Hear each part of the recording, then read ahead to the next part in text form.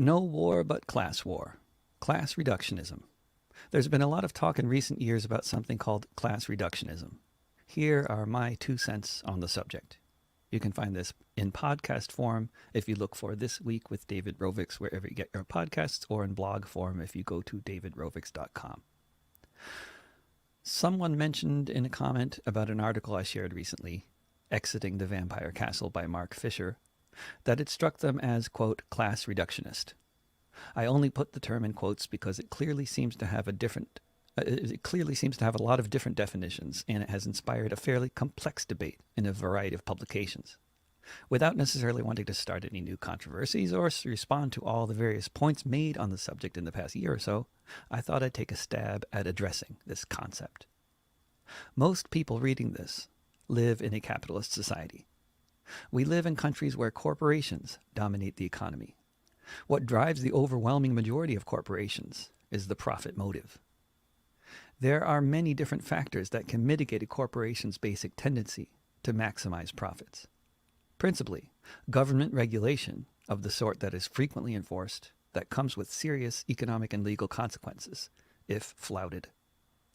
While government contracts are generally the biggest source of profit for the corporate sector in any country, there is nonetheless a basic conflict between the corporate profit motive and government regulation. The profit motive tends to make corporations want to take advantage of things like, for example, racism, sexism, and environmental destruction. Why pay certain people more when you can pay them less if you stand to get pretty much the same result either way? Why make fuels burn more cleanly if it's more profitable to burn dirty and you'll sell more stuff that way? Or so the rationale goes, if the profit motive could put a couple sentences together all by itself. But when, say, social movements on the streets make business as usual impossible for an extended period of time and force some nominally democratic government to start making and enforcing rules about equal pay for women or using alternative energy, capitalism can adapt to that and still make lots of profit.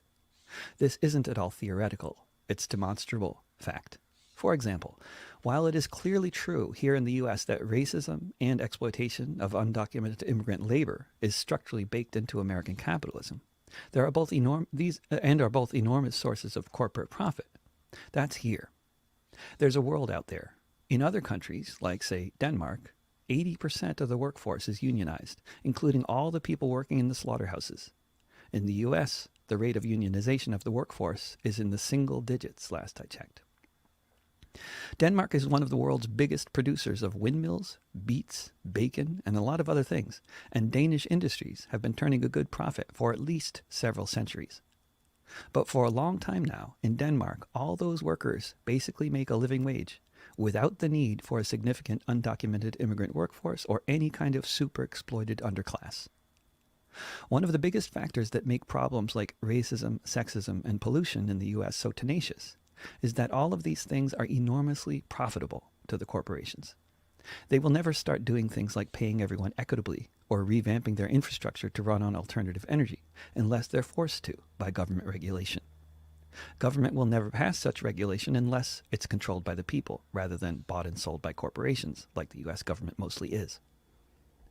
So these basic inequities in society, especially the ones that are profitable like racism and sexism, will continue until they are stopped by government, which won't happen until government is taken over by the people.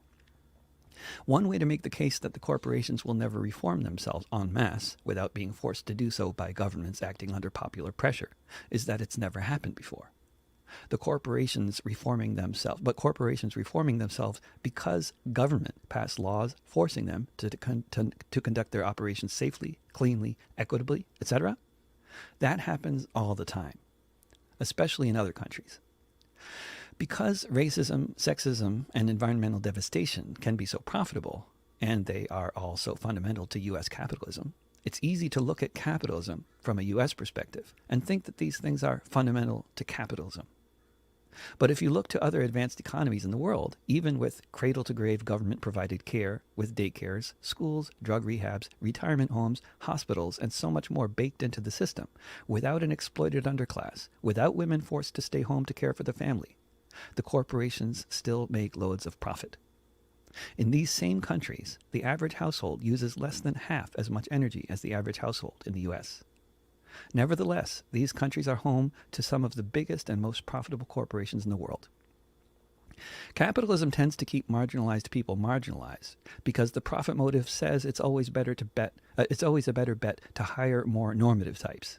There will be exceptions to this rule, but generally, if you're different in any way that requires accommodating your needs, or in some way that might offend a customer, or require training, or education, or take more time at first, etc., capitalism doesn't want to do that, so the marginalized will tend to stay that way.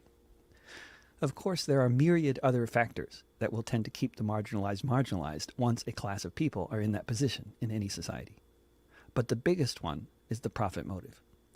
If the profit motive isn't a factor, and the prices of houses won't go down if they move to the neighborhood, then formerly marginalized people can suddenly become very mainstream and accepted.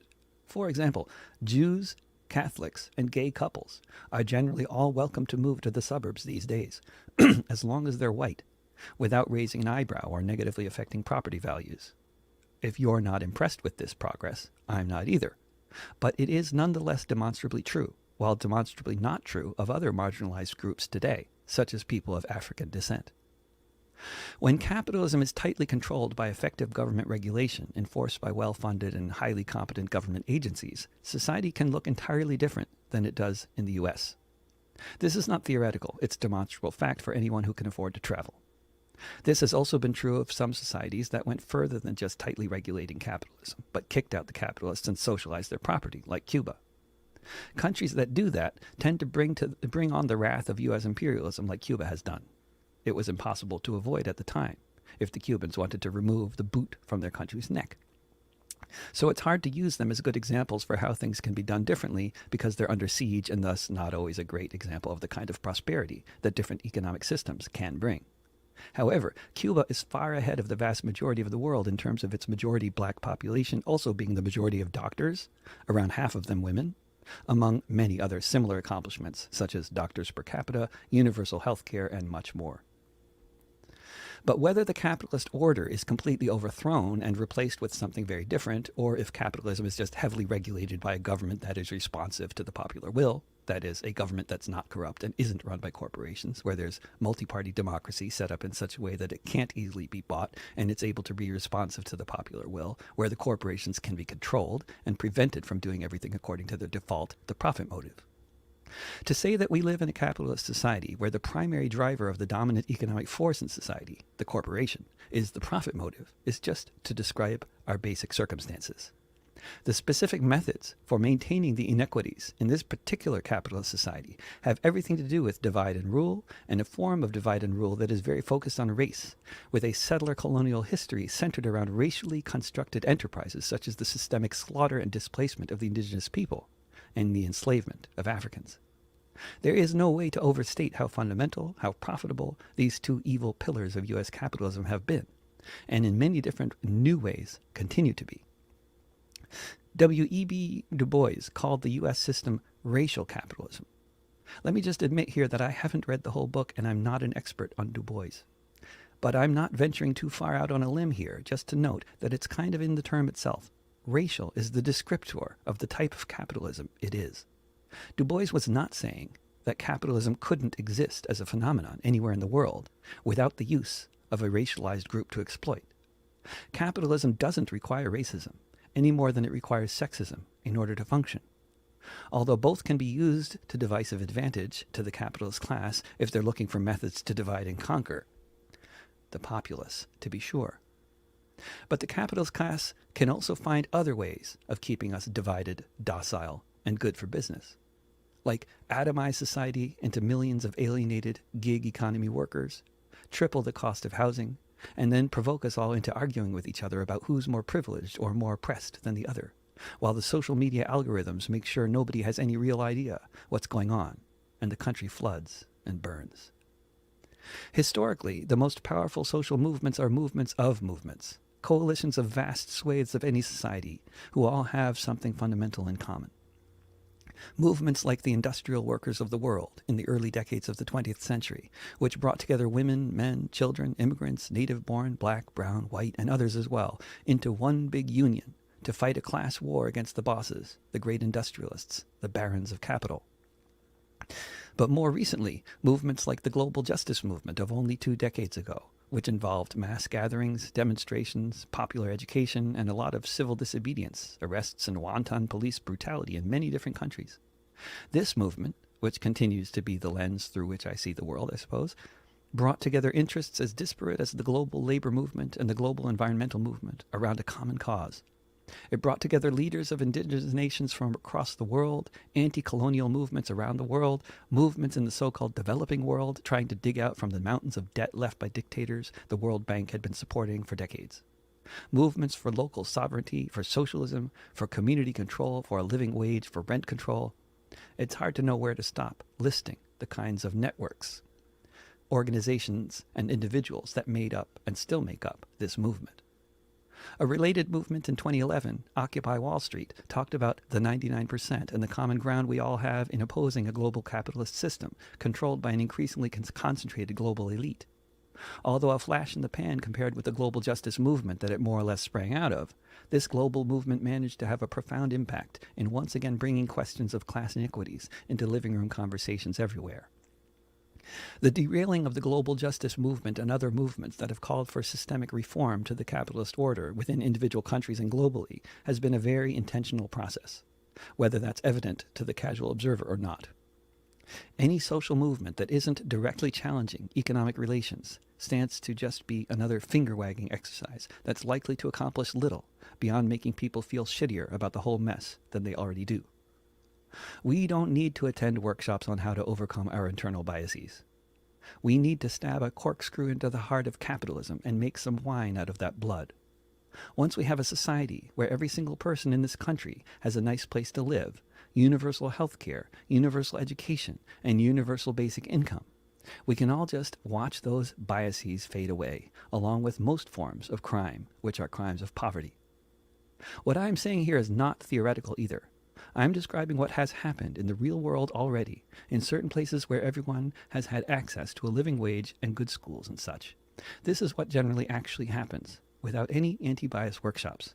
I've both seen it and read about it. There's my 2 cents.